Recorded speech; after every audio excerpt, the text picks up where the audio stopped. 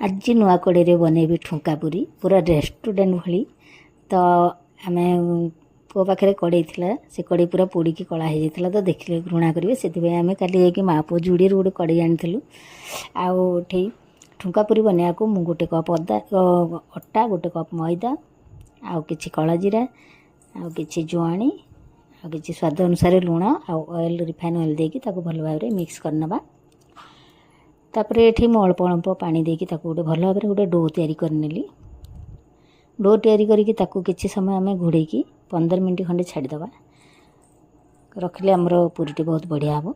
तापर मुझे पूरी खावाई आलू मटर तरकारी कर नहीं आलू मटर तरकारी ही पूरीटी बहुत टेस्ट लगे खाया से आलू मटर तरकारी कर मोर ये 15 मिनट हो गला तो आउ कि रिफाइन ऑयल देकी आम भल भाव में चकटी नवा।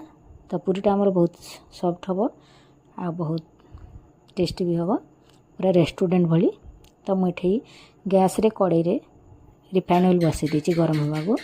तापर मुझे भाविली मो रेस्टोरेंट केमती होटेल समस्ते फोपाड़ी फोपाड़ी करते मुझे भी करी तो है मोर बिल्कुल मानचित्र हो गला।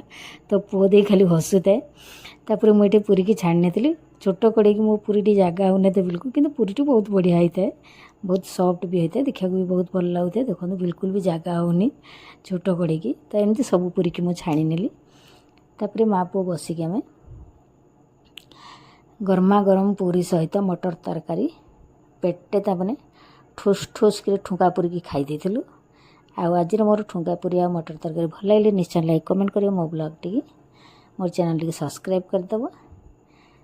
तो केमती है देखो बहुत बढ़िया है सतरे बहुत टेस्टी थिला घरे करके निश्चय थे कर खातु आ मो चैनल टी प्लीज सब्सक्राइब करदेवे बिल्कुल भी सब्सक्राइब करने को भूलिए प्लीज।